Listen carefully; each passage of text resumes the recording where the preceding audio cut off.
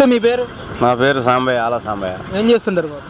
ఏం లేదు, ఖాళీగానే కూర్చుంటా. ఏ బాబు, ఎందుకని పని లేవుంటారు? పని అంటే మన వయసు అయిపోయిందిగా, ఇంకంతే ఖాళీ. నేను మీ అనుభవంలో ఎంతమంది ముఖ్యమంత్రులను చూశారు? ఏ ముఖ్యమంత్రి పరిపాలన మీకు బాగా నచ్చింది?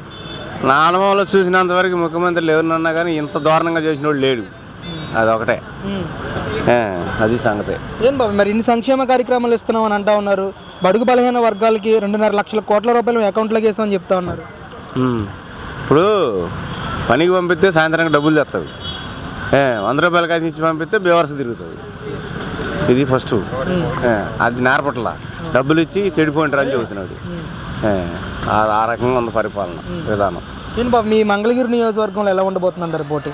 మంగళగిరి లోకేషే గెలుస్తాడు. గెలుస్తాడు. ఏంటి అసలు అంత కాన్ఫిడెంట్గా ఎలా చెప్పగలుగుతున్నారు? కాంపిటీషన్ అంటే ఇప్పుడు ఒకసారి ఆర్కే గవర్నమెంట్లో లేకుండా ఉన్నాడు, రెండోసారి పోయినసారి ఏం చేయలేకపోయాడని ఆయనే గెలిచాడు. ఇప్పుడు లోకేష్ ఒకసారి ఓడిపోయి ఉన్నాడు కదా, ఖచ్చితంగా లోకేషే గెలుస్తాడు, దాంట్లో అనుమానమే లేదు. ఇప్పుడు మొన్నటి వరకు కాంగ్రెస్ పార్టీలోకి వెళ్ళిపోయారు, మళ్ళీ ఇప్పుడు వైసీపీ పార్టీలో చేరారు ఆళ్ళ రామకృష్ణారెడ్డి గారు.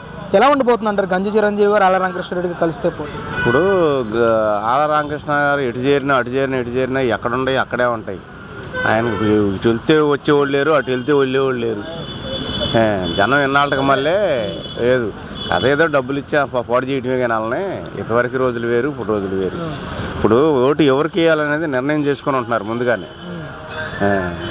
అది సంగతి. లోకేష్ గారి ప్రభావం ఉంటుంది అంటారు ఇక్కడ? ఖచ్చితంగా ఉంటుంది, దాంట్లో అనుమానం లేదు. ఓవరాల్గా ఎలా అనిపించింది జగన్మోహన్ రెడ్డి గారి పరిపాలన? పరిపాలన నచ్చలా, ముందల మెయిన్ అదే, పరిపాలన నచ్చలా. అది మరి 2 నెలల్లోనే ఎలక్షన్ ఉంది కదా బాబాయ్. టీడీపీ జనసేన పొత్తు ఒకవైపు, వైసీపీ ఒకవైపు. ఎవరికి పట్టం కట్టే అవకాశం ఉందంటారు ఈసారి? టీడీపీ జనసేన కలిపి ప్రభుత్వాన్ని ఏర్పాటు చేస్తారు. అది ప్రభుత్వాన్ని ఏర్పాటు చేస్తారు వాళ్ళిద్దరు.